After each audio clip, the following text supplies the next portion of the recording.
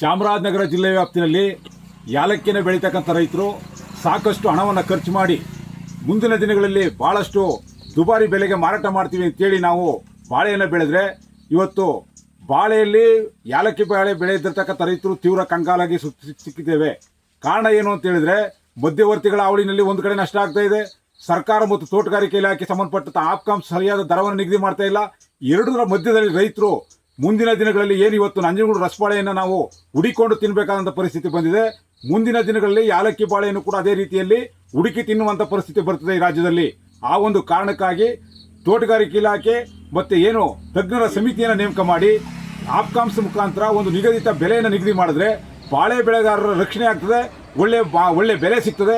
ಆ ಬೆಲೆ ಸಿಕ್ತಂಥ ಸಂದರ್ಭದಲ್ಲಿ ರೈತರು ಬೆಳವಣಿಗೆ ಮಾಡಲಿಕ್ಕೆ ಅನುಕೂಲ ಆಗ್ತದೆ. ಇವತ್ತು ಒಂದು ಕಡೆ ರೋಗ ಇದೆ, ಮತ್ತೊಂದು ಕಡೆ ದುಬಾರಿಯಾದಂಥ ಔಷಧಿಗಳ ಬೆಲೆ ಏರಿಕೆ ಇದೆ.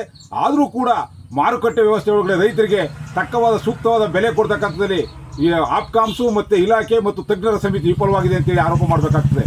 ಈ ತಕ್ಷಣ ಸರ್ಕಾರ ಮತ್ತು ಜಿಲ್ಲಾಡಳಿತ ಮತ್ತು ಇಲಾಖೆ ಎಚ್ಚರಿಕೆಗೊಂಡು ಏನು ಇವತ್ತು ಯಾಲಕ್ಕಿ ಬೆಳೆಯನ್ನು ಬೆಳೀತಕ್ಕಂಥ ರೈತರು ಸಂಕಷ್ಟಕ್ಕೆ ಸಿಲುಕಿದ್ದಾರೆ, ಅವರಿಗೆ ಸೂಕ್ತ ಬೆಲೆಯನ್ನು ನಿಗದಿ ಮಾಡಲಿಕ್ಕೆ ಸರ್ಕಾರ ಇಲಾಖೆ ಒಂದು ಮಾರ್ಗದರ್ಶನ ನಿಗದಿ ಮಾಡಿ ಬೆಲೆಯನ್ನು ಒಂದು ಸ್ಥಿರವನ್ನು ಕಾಯ್ಕೋಬೇಕು ಅಂತೇಳಿ ಈ ಮೂಲಕ ಎಚ್ಚರಿಕೆಯನ್ನು ಕೊಡ್ತಾ ಇದ್ದಾರೆ.